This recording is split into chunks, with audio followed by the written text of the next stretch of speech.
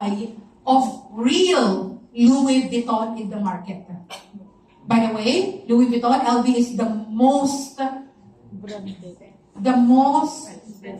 number of fake counterfeits circulating in the market. Sila yung talagang na napipeke. Okay? Pero the real LV is very, very little. Mas lalo na ang Hermes. Okay? Mas lalo na ang Hermes. They only produce like one type only of one production. So, how do you justify that this brand can exist for centuries and centuries? For hundreds of years. Pero nandiyan pa rin sila competing in the market. The material you can use. Maliban sa quality, sinandiyan na tayo. Quality you can use the material. Okay, maliban sa brand name. And then you can Okay, ganito. I want you to look at a different perspective. I want you to look at a different perspective. I work in a law firm for 9 years. Particularly, I am in the corporate commercial division. And in there, we have statistics that says small businesses go bankrupt on the first 3 years. Okay? Now, why do small businesses goes bankrupt? Because sobrang binabagsak nila ang presyo, they could not afford the cash flow of running the business. Utilities, overheads, production, auditing, logistics, and everything that a small business need to survive. Dahil sa sobrang bagsak ng presyo nila, it was at the expense of their business going bankrupt. You understand? Yes. And when you put down the price so low, nawawalan siya ng value. Yes. And there comes other competitors who can give a little bit more. Tuluyan ka nang bumagsak. Because you're not even unique anymore. Kasi para ka lang Divisoria. Hit and run. Yung mga stall.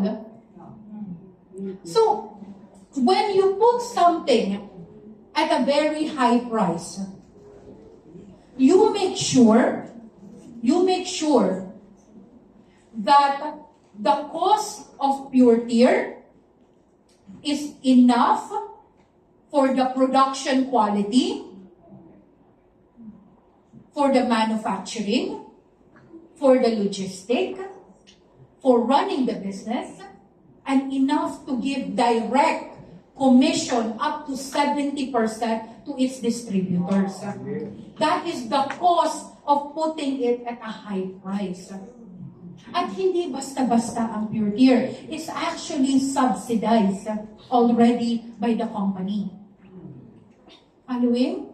Subukan niyo bumili ng Evening Primrose, Aloe Vera, Squalene. Isa-isahin niyo yan. Isa-isahin niyo yan sa Guardian. Tingnan natin kung magkano rin yan.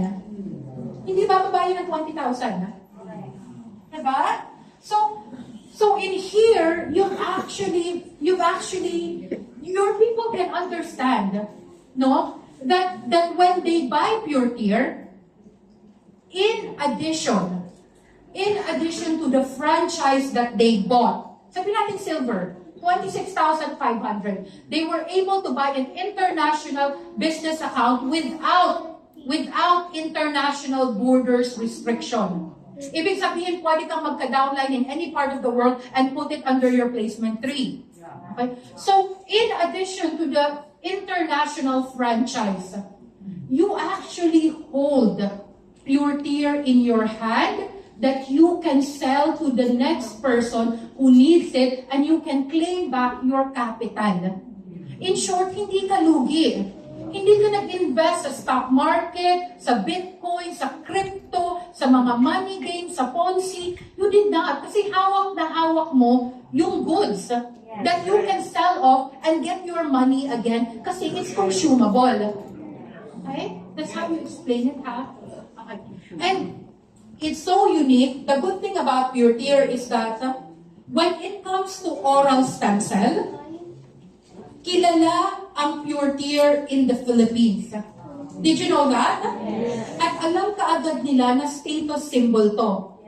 Alam nila that it's quality. Alam nila it's stem cell. Alam nila that it's a Singaporean company and they know that it's sourced and manufactured from New Zealand. Walang iba kayang mag-compete in that level.